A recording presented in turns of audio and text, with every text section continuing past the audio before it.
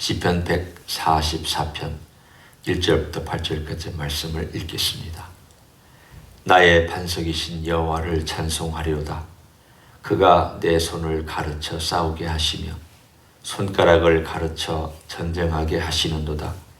여호와는 나의 사랑이시요 나의 요새이시요 나의 산성이시요 나를 건지시는 이시요 나의 방패이시니 내가 그에게 피하였고 그가 내 백성을 내게 복종하게 하셨나이다. 여호와여, 사람이 무엇이기에 주께서 그를 알아주시며 인생이 무엇이기에 그를 생각하시나이까. 사람은 헛것 같고 그의 날은 지나가는 그림자 같으니이다. 여호와여, 주의 하늘을 들이우고 강림하시며 산들에 접촉하사 연기를 내게 하소서. 번개를 번쩍이사 원수들을 흩으시며 주의 화살을 쏘아 그들을 무찌르소서. 위에서부터 주의 손을 펴사 나를 큰 물과 이방인의 손에서 구하여 건지소서. 그들의 입은 거짓을 말하며 그의 오른손은 거짓의 오른손이니이다. 아멘. 다윗의 시로 되어 있는 144편은 아마 여러분이 읽으면서 어디선가 읽은 기억이 난다 라고 말할 수 있는 표현들이 나옵니다. 그걸 볼 수 있습니다. 예를 들면 3절 같은 경우에는 시편 8편에서 쓰인 그런 표현입니다. 사람이 무엇이기에 주께서 그를 알아주시며 인생이 무엇이기에 그를 생각하십니까? 그렇지만 시편 8편에서는 이렇게 질문하고 하나님께서 우리를 천사보다 조금 못하게 하시고 존귀와 영광으로 관을 씌우셨다라고 그렇게 표현합니다. 근데 여기 와서는 반대로 사람은 헛것 같고 그의 날은 지나가는 그림자 같다라고 같은 질문을 했지만 8편에서는 긍정적이고 영화로운 답변을 했다고 한다면 144편은 부정적인 답변, 그리고 인생의 허무함, 약함, 빨리 지나감, 모든 것이 금세 바람처럼 사라져버리는 모습들, 이런 것들을 오늘 다윗은 노래합니다.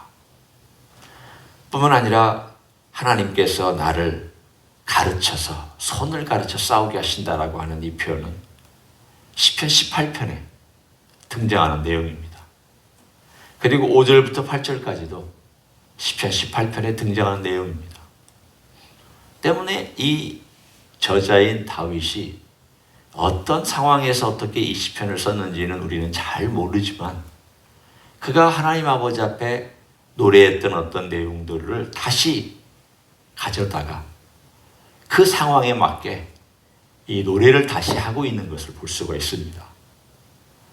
어떤 상황인가?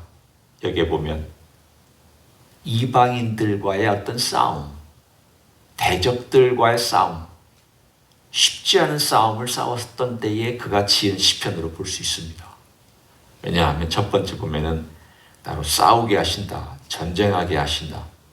그리고 5절부터 8절까지도 하나님께서 강림하셔서 우리를 구해달라. 이런 내용들이 있는 걸 볼 수 있기 때문에 아, 그렇구나. 전쟁 중에 혹은 전쟁을 끝나고 나서 하나님의 도우심을 노래하면서 이 시편을 지었구나. 이렇게 짐작할 수 있습니다. 오늘 저는 이 시편을 1절, 2절, 3절, 4절 그 순서가 아니라 4절, 3절, 2절, 1절 그 순서로 역으로 이 본문을 우리가 재구성해서 보기를 원합니다. 4절에 보면 이미 말씀드린 것처럼 사람은 헛것 같고 그의 날은 지나가는 그림자 같다라고 우리의 본질을 얘기합니다. 쉽게 허물어집니다. 건강? 예, 쉽게 허물어집니다. 우리의 확신과 가지고 있는 어떤 정보? 어떤 건 명확한 것 같은데 금세 또 바뀝니다. 도대체 우리가 이 인생에 살고 있는 것을 뭘 의지하면서 살아야 될지, 든든한 미국 같은 이 거대한 나라? 그렇게 믿을만 하지 못합니다. 언제 어떻게 뒤집어질지 모릅니다. 이 세상이 다 인생들이 만들어 놓은 제도, 인생들이 만들어 놓은 어떤 나라의 시스템, 그리고 그 구조, 사법제도, 정치제도, 모든 것들, 사실은 이 세상 어디를 가도 안전한 데는 없습니다. 다윗은 자기가 군인이고 정치가이고 또는 정복자이면서도 동시에 어려운 싸움을 싸웠던 사람이었기 때문에 인생이 얼마나 쉽게 쓰러지는지를 알고 있는 사람입니다. 얼마나 쉽게 무너질 수 있는지를 알고 있는 사람입니다. 그렇기 때문에 그는 3절, 4절이 연결되어 있는 걸 봅니다. 3절에 가면 아니 우리 같은 이 인생, 연약한 인생, 그림자 같은 인생을 하나님이 왜 그렇게 생각해 주시고 왜 그렇게 배려해 주십니까? 우리 인생에 대해서 하나님 그렇게 해주십니까? 여기서 생각한다는 것은 단순히 머리로만 생각한다는 뜻이 아닙니다. 히브리적인 생각, 이것은 누군가에 대하여 관심을 갖고 돌보며 행동으로 그 어떤 표정, 모습, 손동작 이런 것들이 움직이고 있는 것들을 표현하고 있습니다. 예를 들어 제가 뭘 생각하고 있으면 눈, 얼굴 표정, 손가락, 손의 표시 이런 것들이 무언가에게 집중되어 있는 것을 우리는 알 수 있습니다. 예를 들어 내가 어떠한 목표 지점을 골똘히 생각하고 있으면 눈이 그 부분을 향하여서 집중하고 혹은 어느 한 방향을 향하여 집중하고 그걸 어떻게 해야 되지? 그걸 내가 어떻게 이루어야 되지? 그걸 내가 어떻게 해야 되지? 그렇게 우리는 집중합니다. 제가 벌써 이 손가락을 썼고 제가 눈을 한 곳에 집중하면서 그렇게 행동을 했습니다.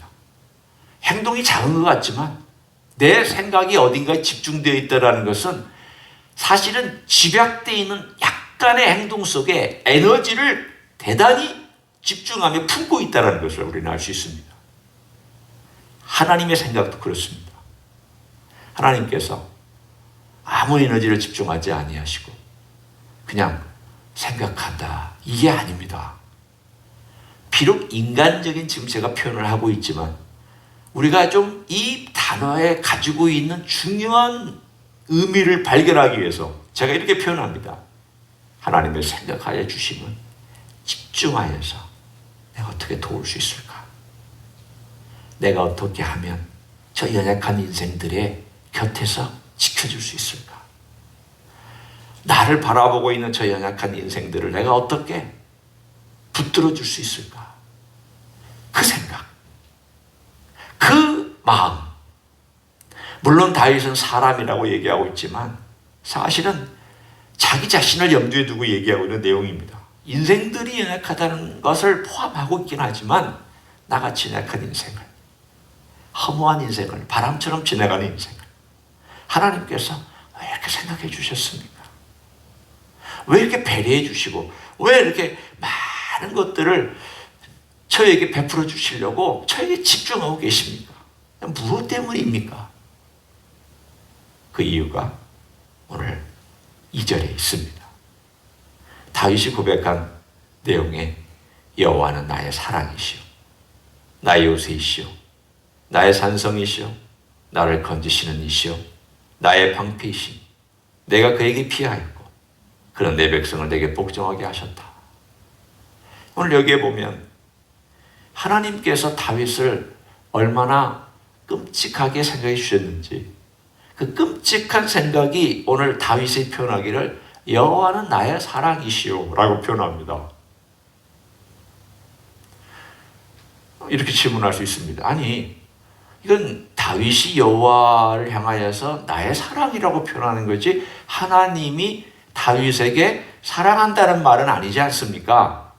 이렇게 질문할 수 있지만 여기 한번 다윗이 여호와를 향하여 표현하고 있는 이 사람들을 보십시오. 나의 사랑, 나의 요새, 나의 산성, 나의 건지시느니, 나의 방패. 이런 모든 내용들이 다 무엇과 관련되어 있는가 하면 다윗과 하나님과의 관계 속에서 나눈 대화들입니다. 사랑의 언어들입니다. 사랑이 없이는 표현되지 않는 언어들입니다.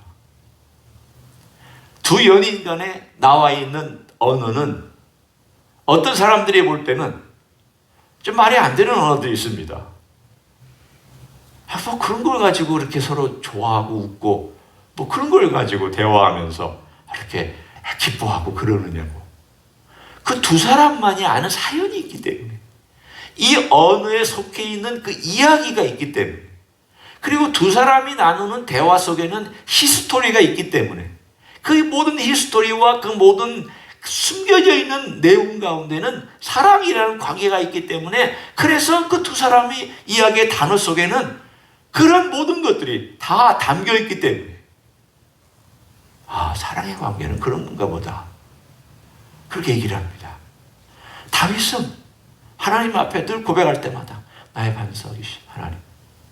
그러면 그 반석이라는 단어 속에는 다윗이 이제까지 하나님으로부터 받은, 하나님을 의지하면서 느꼈던, 그리고 하나님의 그 도움과 하나님의 그 관심과 사랑, 이 모든 것들이 다 담겨져 있는 함축적인 단어입니다. 주님, 저의 사랑입니다. 주님이 얼마나 다윗 사랑했는지에 대한 다윗의 반응은 사랑으로 고백합니다. 얼마나 자기가 의지할 대상이었는지에 대한 반응은 반석으로 표현합니다. 거기 가면 쉴 수 있고, 거기 가면 숨을 수 있고, 거기 가면은 피난 처해구를 발견할 수 있고, 거기 가면 올라갈 수 있고, 모든 든든함과 의지함과 그리고 도망할 수 있음과 힘과 안심과 안락과 모든 것이 다 반석이라는 단어에 담겨 있습니다. 누구와 가지고 있는 사연인가? 다윗이 현 생활 속에서 매일 바위에 쭉 달려가서 머물던 그 삶이 사랑의 이야기가, 그래서 그 바위에 있을 때 노래하던 이야기가 그는 그렇지 않은 상황 속에서도 표현됩니다.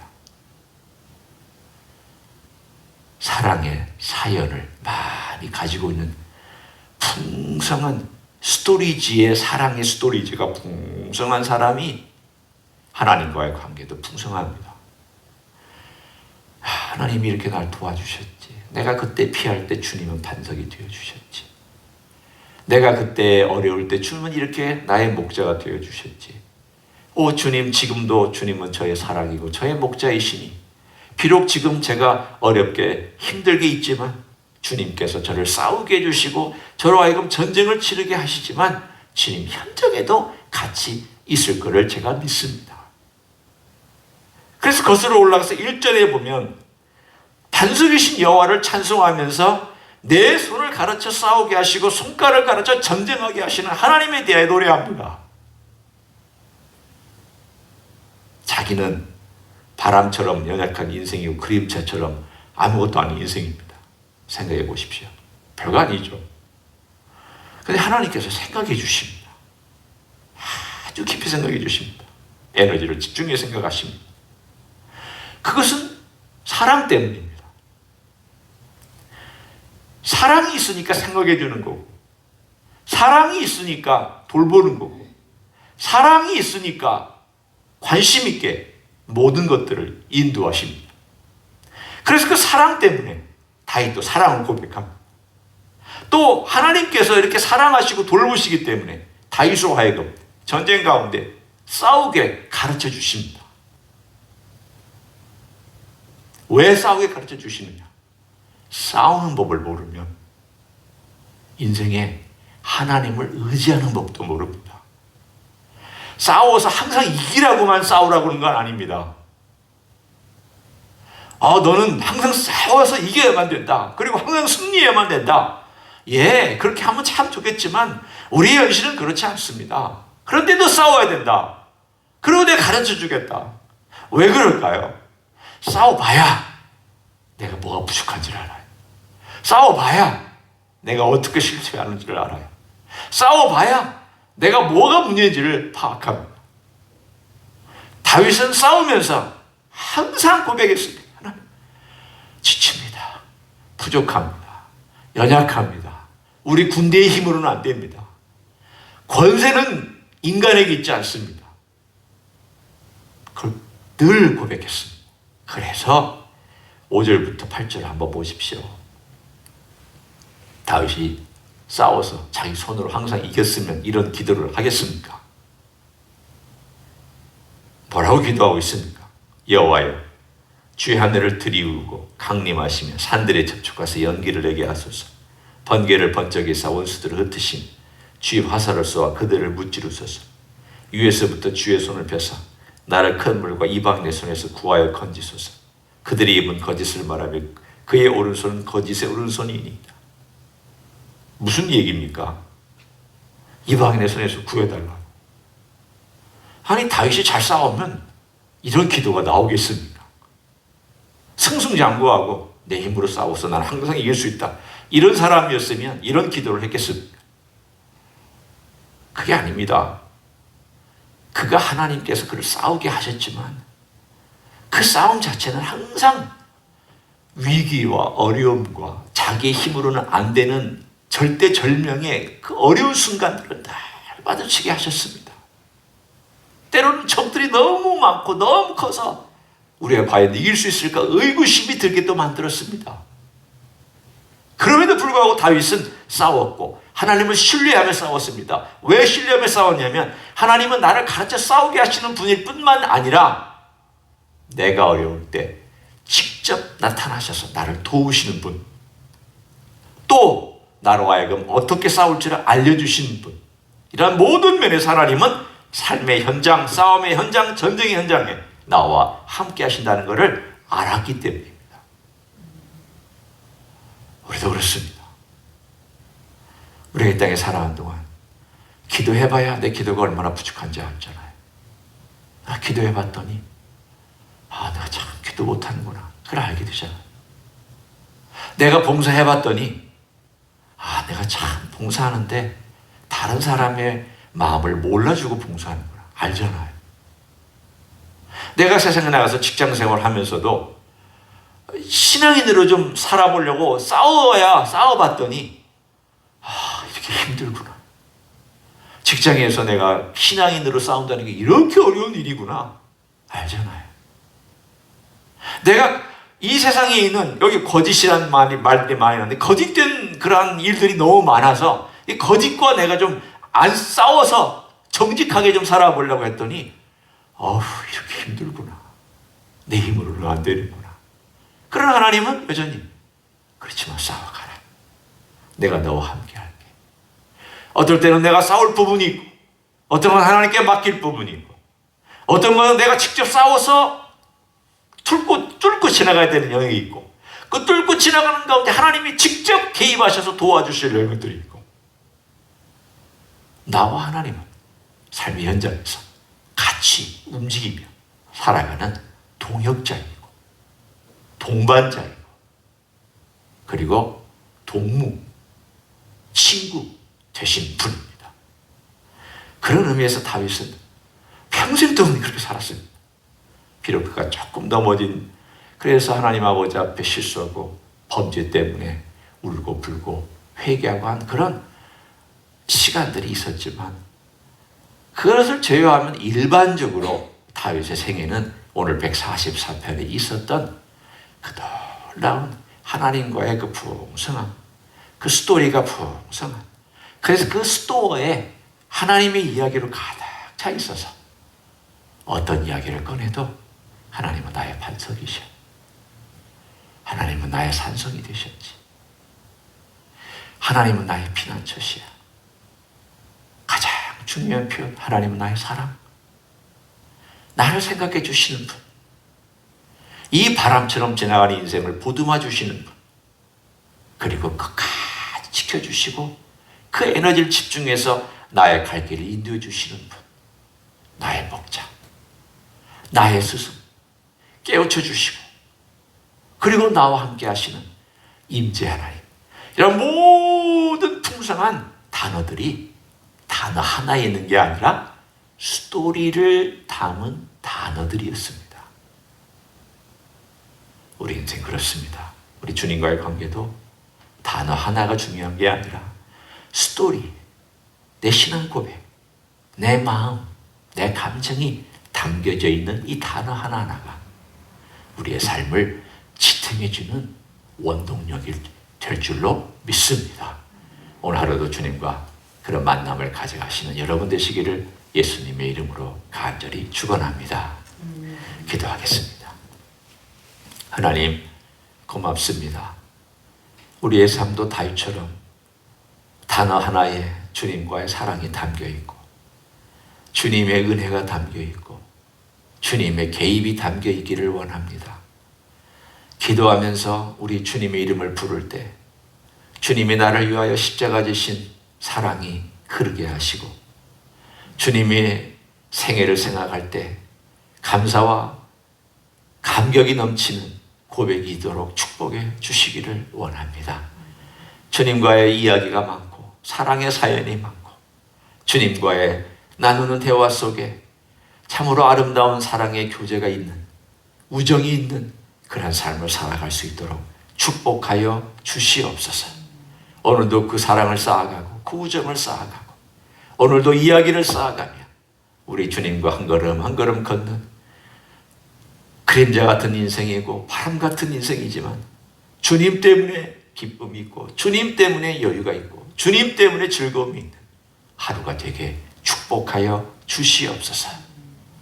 이제는 우리 구주 예수 그리스도의 은혜와 하나님 아버지의 극진하신 사랑과 성령 하나님 교통하심의 역사가 오늘도 우리 주 예수 그리스도 귀하신 친구 되신 우리 주님의 은혜와 사랑과 관심과 돌보심과 나 또한 주님을 향한 사랑의 고백과 그 모든 내 마음의 고백을 드리며 살아가기를 소원하는 이 자리에 참여한 모든 종들 위해와 주임지 히스교회 위해와 이민교회들과 한국교회들과 선교사님들 위해 이제로부터 영원히 함께 하실지어다.